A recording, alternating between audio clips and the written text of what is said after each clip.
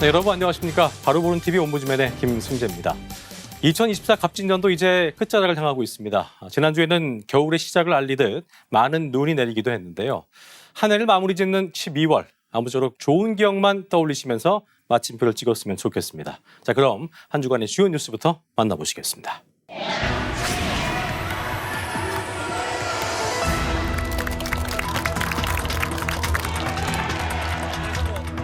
정의를 되찾아준 재판부에 감사드립니다.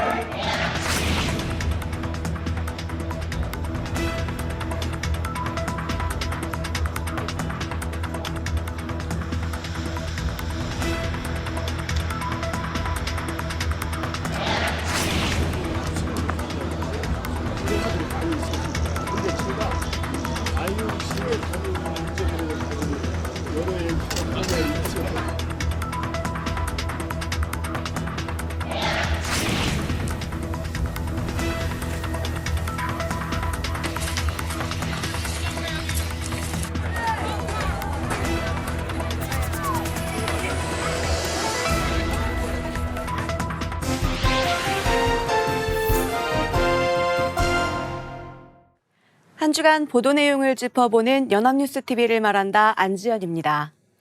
많은 국민들이 아파트에 거주하면서 층간소음은 사회적 문제가 되었습니다. 해묵은 문제임에도 불구하고 이를 해결하기 위한 대책이 제대로 마련되지 않아 이웃 간 갈등을 빚는 일이 빈번하게 등장하고 있습니다. 이 과정에서 이웃 간 감정이 상하게 되거나 극단적인 범죄로 연결되기도 합니다. 이를 방지하기 위한 실효성 있는 제도적 움직임이 필요한 때인데요.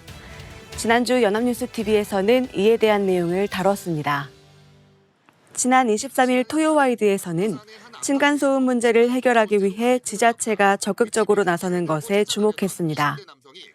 보도는 공동주택에서 발생하는 층간소음 문제가 극단적 사고로까지 이어질 수 있었던 상황을 설명하며 관련 민원이 2019년 2만 6천여 건에서 지난해 3만 6천여 건으로 40% 가까이 증가했다고 덧붙였습니다.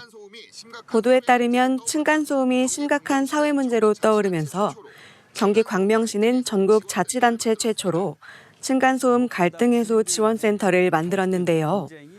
센터를 통해 시가 적극적으로 나서서 층간소음으로 인한 주민들 간의 분쟁을 조정할 수 있는 역할을 하기 위해 센터를 운영하게 되었다는 광명시장의 설명을 덧붙였습니다.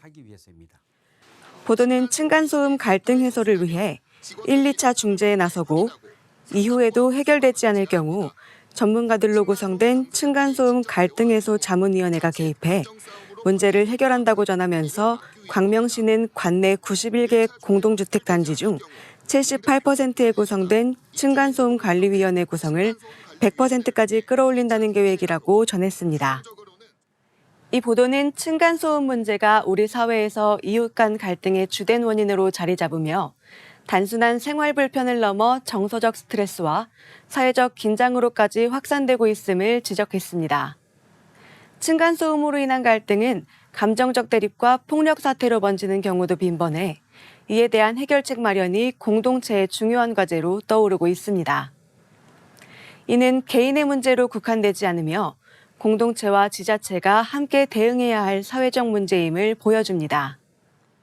이 보도는 층간소음의 문제를 해결하기 위한 사회적 차원의 대응의 필요성을 환기시키며 지자체가 주도적으로 나서야 할 역할을 보여주었는데요.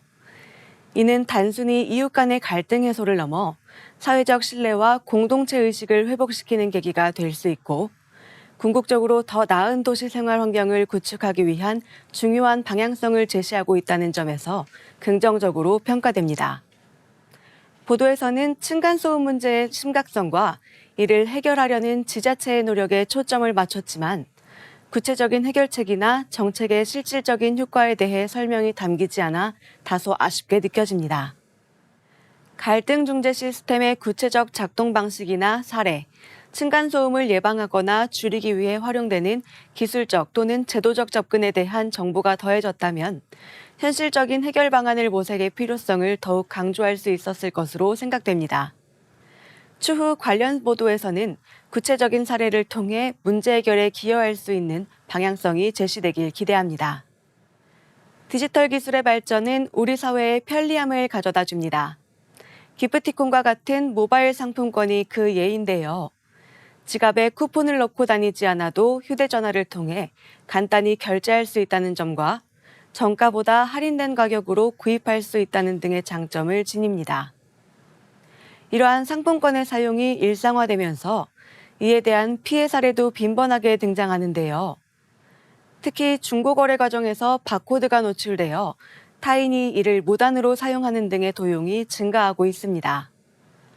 지난주 연합뉴스TV에서는 이에 대한 내용을 다뤘습니다. 보도는 모바일 상품 거래 시 발생할 수 있는 무단 도용 문제에 주목했습니다. 보도에 따르면 한 판매자는 중고거래 앱에서 모바일 상품권을 판매하다가 사기범으로 몰렸습니다. 판매자는 바코드를 인식할 수 없도록 덧칠해 판매글을 올렸고 구매자에게 상품권 원본을 전달했지만 이미 사용된 상품권이라는 항의를 받았는데 경찰 수사 결과 중간에 누군가가 상품권을 무단으로 사용한 것으로 확인됐다고 전했습니다. 보도에서는 상품권의 사진 밝기를 높이자 원래의 바코드가 그대로 드러났다고 전하면서 상품권 무단 도용을 막기 위해서는 아예 바코드를 올리지 않는 게 상책이라는 전문가의 의견을 덧붙였습니다. 또한 바코드 도용은 엄연한 절도죄에 해당되며 최대 10년 이하의 징역이나 2천만 원 이하의 벌금형에 처해질 수 있다고 지적했습니다. 이 보도는 모바일 상품권 거래 과정에서 발생할 수 있는 부정사용 문제에 대한 경각심을 일깨우고 있습니다. 기프티콘과 같은 모바일 상품권의 보편화는 소비자에게 편리함을 제공하지만 동시에 새로운 유형의 사기와 도용 문제를 초래한다는 점을 강조합니다. 특히 이 보도는 중고거래 문화가 활발해지면서 거래 시 디지털 보안의 중요성이 대두되고 있음을 보여주는데요. 이는 단순히 개인의 주의를 넘어 디지털 상품권을 발행하는 기업과 사회 전체가 함께 해결해야 할 과제로 인식할 필요성을 제기합니다. 또한 디지털 금융 환경의 취약점을 지적함으로써 사회적 경각심을 불러일으키고 안전한 디지털 거래 문화를 구축하기 위한 공공의 역할과 책임을 환기시킨다는 점에서 중요한 의미를 지니는 것으로 볼 수 있는데요. 이러한 점에서 이 보도는 사기 예방을 위한 제도적 장치 마련, 보안 기술 강화, 소비자 교육 등의 다각적 노력이 필요하다는 점을 시사했다는 점에서 긍정적으로 평가됩니다. 배우 정우성과 모델 문가비가 결혼하지 않고 부모로서 아이 양육을 책임지겠다고 밝히면서 비혼 출산이 화두로 떠올랐습니다. 현실적으로 혼인과 관계없이 양육에 책임을 다할 수 없다는 의견과 부모로서의 양육에 책임을 다한다면 꼭 결혼을 전제할 필요는 없다는 의견이 대립하는 가운데 국내 혼외자 규모와 인식에 대한 관심이 확대되고 있습니다. 지난 26일 뉴스리뷰에서는 이에 대한 내용을 다뤘습니다. 보도는 유명 배우의 비혼 출산 인정이 사회적 이슈로 부상해 이에 대한 갑론을박에 대해 전했습니다. 비윤리적이라는 지적과 전통적 가족 간 탈피라는 주장이 맞서고 있는 가운데 국내 혼외자 규모가 이미 1만 명을 넘어 지난해 전체 출생아 23만 명 중 4.7%를 차지한다고 설명했습니다. 보도는 통계청 자료를 인용해 우리나라 13세 이상 인구 중 40%가 결혼하지 않고도 자녀를 가질 수 있다고 응답했으며 이는 10년 전 22%에서 꾸준히 증가한 수치라고 전했는데요. 이러한 인식은 20대를 중심으로 빠르게 변화하고 있다고 덧붙였습니다. 이와 함께 보도는 결혼에 대한 인식 변화에 맞춰 비혼 출산을 바라보는 인식과 제도 개선의 필요성을 강조하는 전문가의 주장을 덧붙였습니다.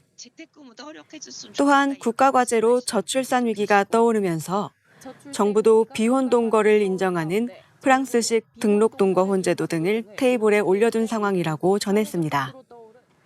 이 보도는 비혼 출산이라는 민감한 주제를 유명인의 사례를 통해 공론화했습니다.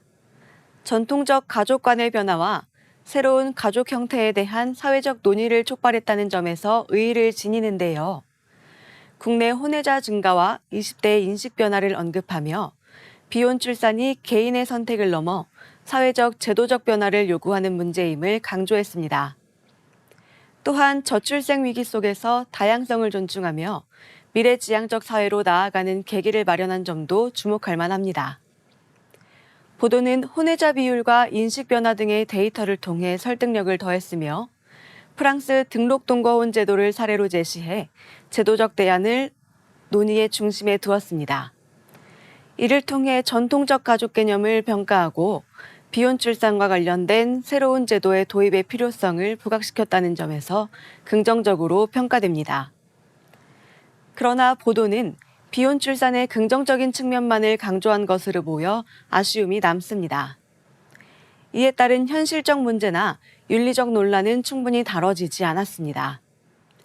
또한 한국의 문화적, 법적 환경에서 프랑스식 제도를 수용하는 데 따른 현실적인 과제에 대한 논의가 포함되었다면 더 풍부한 시사점을 제공할 수 있었을 것입니다. 추후 관련 보도에서는 다양한 시각을 담은 보도가 이어지길 바랍니다.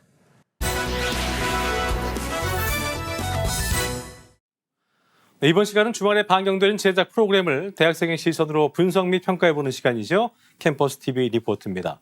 이번 주에는 중앙대학교 임가연 학생과 함께하겠습니다. 어서 오십시오. 안녕하세요. 네, 자, 가연 학생 지난주에 어떤 프로그램 모니터링했습니까? 네, 저는 지난주 일요일에 방송된 연합뉴스TV 특집 다큐 마지막에 처음일 당신에게를 모니터링했습니다.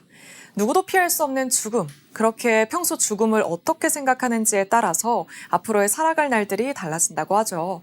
죽음을 마주하고 준비하고 또 죽음이라는 메시지를 이해하는 방법을 담은 마지막이 처음일 당신에게.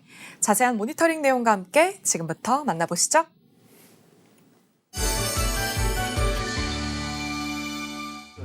방송은 한 가족을 비추며 시작합니다. 제시 가족은 서로 마지막을 어떻게 맞이하고 싶은지 이야기하는 시간을 갖는데요. 서로를 잘 안다고 생각해도 각자가 원하는 마무리는 모두 다릅니다. 나의 노년을 미리 만나보는 지혜 씨. 특수분장을 통해 30년 후로 갑니다. 이를 본 가족들은 만감이 교차한 표정인데요. 딸 지민 씨는 나이가 들어도 마음만은 지금과 같을 엄마인데 주변의 시선은 달라질 생각을 하니 마음이 아픕니다. 남편 창현 씨는 더 잘 살아가야겠다고 다짐하네요. 언젠가 이 생이 끝날 걸 알면서도 죽음을 외면하며 살아가는 우리. 죽음을 준비하는 사람들을 만나보기 위해 일본으로 떠나봤습니다. 전체 인구의 29%가 65세 이상인 초고령 사회 일본. 일본에서는 10년 전부터 죽음은 준비하는 것이라는 사회적 분위기가 형성됐다고 합니다. 일본의 유명 배우인 이시다 주니치의 장례식인데요. 그런데 관에서 이시다 주니치 씨가 나옵니다. 그는 이 독특한 생전 장례식이 충분히 살았다는 걸 보여주는 도전으로서의 죽음을 경험하고 어떻게 살아갈 것인가 고민할 수 있는 기회가 됐다고 합니다. 일본은 비영리 시민단체도 중장년층의 마지막 준비를 함께합니다. 혼자 사는 고령자들은 시민단체를 통해 무덤 친구를 구해 사후 함께 합장될 사람들과 친구로 지낸다고 하는데요. 이렇게 소중한 관계를 통해 쓸쓸할 거라 생각한 말년을 즐겁게 보낼 수 있어 참 좋다고 합니다. 일본에서는 해마다 장례 박람회도 열린다고 해 무척 흥미로웠는데요. 죽음이 그저 슬픈 게 아니라 삶을 살아가기 위한 준비라고 보는 시선에서 시작된 것이죠. 이때 우주 배경과 로켓 사진이 있는 부스가 눈에 띄었습니다. 로켓을 이용해 유골을 우주로 보내는 프로젝트를 소개하는 곳이었는데요. 그렇게 유골이 지구 궤도를 돌 수 있도록 해 사람은 죽으면 별이 된다라는 말을 실현하는 프로젝트였습니다. 또 눈길을 끄는 체험이 있었는데요.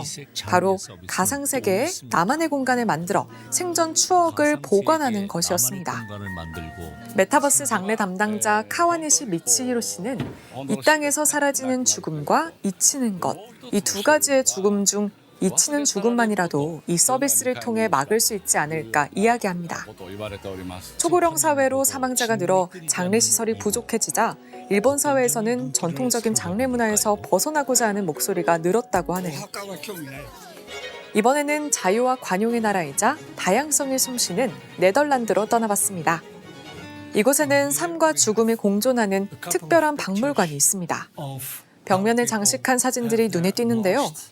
모두 누군가의 장례식 후 사람들이 식사하는 모습을 담은 사진이었습니다. 돌아가신 할아버지 사진 앞에서 맛있게 음식을 먹는 어린 손녀의 사진이 특히 인상 깊었는데요. 이 박물관은 죽음을 삶의 일부분으로 받아들이게 하는 것을 목표로 한다고 합니다. 죽음은 누구도 피할 수 없기에 평소 그 죽음을 어떻게 생각하는지에 따라 살아갈 인생은 달라지죠. 삶의 마지막을 앞둔 사람들의 소원을 이뤄주는 재단 앰뷸런스 위시도 만나봤습니다.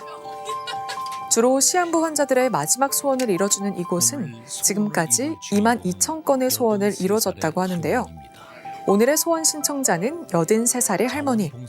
거동이 불편해 보러 가지 못한 하나뿐인 가족 언니를 보고 싶다는 것이 그녀의 소원이었습니다. 그렇게 봉사자들은 할머니를 태워 그녀의 마지막 소원을 이뤄주죠. 벅찬 표정으로 마주한 두 사람은 두 손을 꼭 잡고 어린 시절의 이야기를 나눕니다. 이곳에는 한 달에 많게는 200개의 소원 신청이 들어온다고 하는데요. 그 수많은 소원들의 공통점이 있다면 매우 소박하다는 것이라고 합니다. 대표 킬스 벨드보어 씨가 한 청년의 사례를 들려줬습니다. 멋진 곳에 가 엄청난 체험을 즐기는 것을 바랄 줄 알았던 청년은 그저 기숙사에 가 친구들과 음료를 마시고 게임하고 싶다는 소원을 신청했다고 합니다. 그렇게 2시간을 친구들과 논 뒤 다시 병원에 돌아온 청년은 1시간 뒤 숨을 거뒀다고 하죠. 이렇듯 사람들은 막상 인생의 그 순간이 오면 작은 소원을 말한다고 합니다. 2002년 세계 최초 안락사를 허용한 네덜란드. 네덜란드에서 안락사는 3가지의 시행 조건을 갖습니다. 신중하고 자발적인 환자의 요청, 치료할 수 없는 극심한 고통, 의사 2명 이상의 동의를 말이죠. 네덜란드에서는 존엄하게 죽을 권리를 요구하는 이들이 이렇듯 늘고 있다고 하는데요. 안락사를 선택한 동생을 지켜보며 이를 책으로 낸 작가이자 저널리스트 마르셀 랑어데이크 씨를 만나봤습니다. 그의 동생은 알코올 중독에서 벗어나기 위해 노력했지만 실패해 8년 동안이나 안락사를 계획했다고 합니다. 결국 그는 안락사를 결정했고 아버지와 형은 그의 죽음을 바로 앞에서 지켜봤죠. 아버지 톤 랑어데이크 씨는 아들의 삶의 마지막 기간에 밤낮으로 죽음에 대해 이야기를 나눈 시간을 매우 좋게 기억합니다. 그는 아들이 자신의 품에서 사랑 속에서 죽었음에 감사한다고 말했죠. 한국에서는 안락사를 두고 여러 의견이 존재합니다. 그러면서도 연명의료와 관련해 의견이 대립하면서 이에 대한 논의는 잘 진행되고 있지 않은데요. 법의학자 유성호 씨는 연명의료가 의미가 없다고 생각할 때 이를 끝내는 것은 본인이 될 수 있어야 한다고 말합니다. 연명의료결정법은 자기 결정권을 존중받을 수 있게 하는 것이 가장 큰 목적이라는 것이죠. 피할 수 없는 죽음, 그리고 이를 바라보고 준비한다는 것의 의미. 방송은 이제 우리도 삶의 끝맺음을 준비하며 진정한 인생의 의미를 찾아보자는 메시지를 던지며 마무리됩니다. 네, 모니터링한 내용 잘 봤습니다. 가연 학생 이번 특집 다큐 마지막이 처음일 당신에게 제목부터 참 울림이 있고 이걸 보고 울었다고 들었어요. 네, 맞습니다. 어떤 게 와닿습니까? 네, 저는 이 가족이 안락사를 결정하고 그것을 시행하기까지 모든 과정을 함께한 랑어데이크 씨 가족이 기억에 남습니다. 그렇군요. 사실 상상만 해도 울컥하는 게 이 가족의 죽음이잖아요. 그렇습니다. 그것을 받아들이고 또 존중하기까지 얼마나 많은 대화를 나눴을지 또 그 시간을 얼마나 열심히 버텨냈을지 생각을 하니 참 먹먹하더라고요. 그러니까요. 네, 그러면서도 방송에도 나왔듯이 인간은 태어난 순간부터 시한부를 선고받은 것이기 때문에 정말 잘 살아가야겠다는 경건한 다짐도 하게 됐습니다. 그랬군요. 네, 삶의 의미를 깊게 고찰해 볼 수 있는 고마운 시간이었습니다. 네, 삶에 대한 고찰을 할 수 있는 아주 귀한 시간이었네요. 지금까지 중앙대학교 임가연 학생이었습니다. 오늘 말씀 고맙습니다. 감사합니다.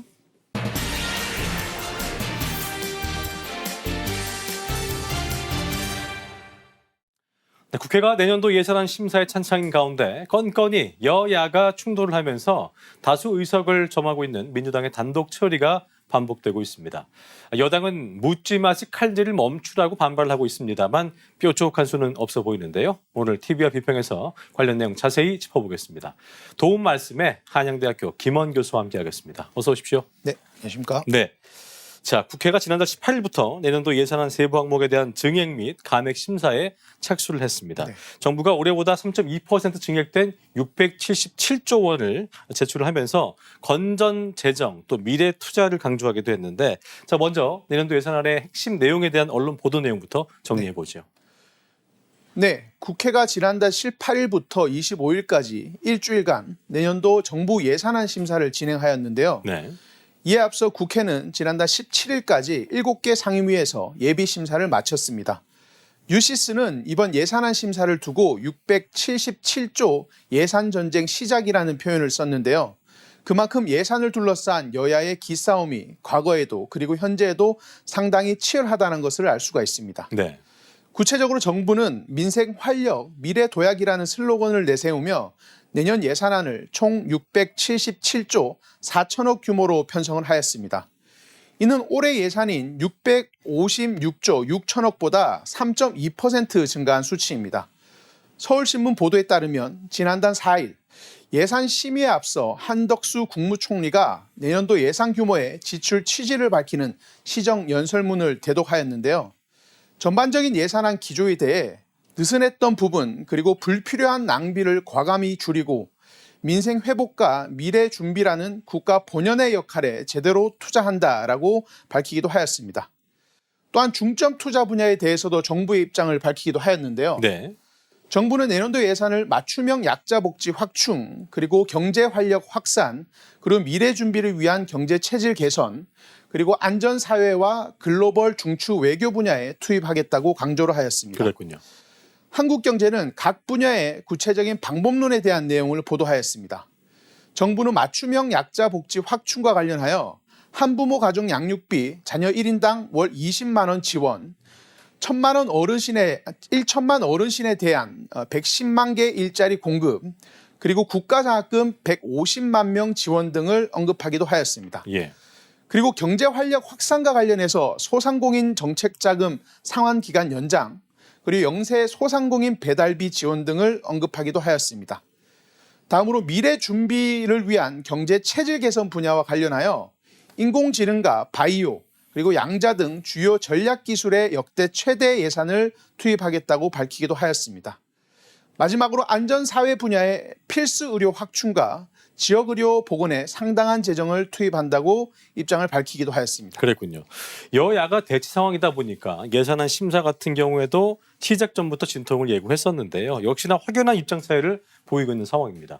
내년도 예산안 심사의 핵심 쟁점에 대해서 언론은 어떻게 보도하고 있습니까? 예산안을 둘러싼 여야의 갈등과 입장차는 매해 반복되고 있습니다. 올해도 마찬가지인데요. 예산안 심사에 앞서 국민의힘과 민주당은 예산안 평가와 심사 방향에 대해서 언론 브리핑을 하기도 하였습니다.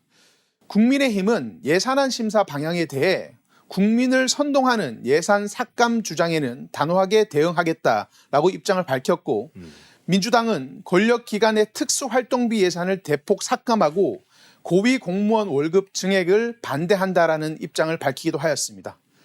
한편 동아일보는 내년도 예산안을 둘러싼 여야의 쟁점을 구체적으로 제시하였는데요.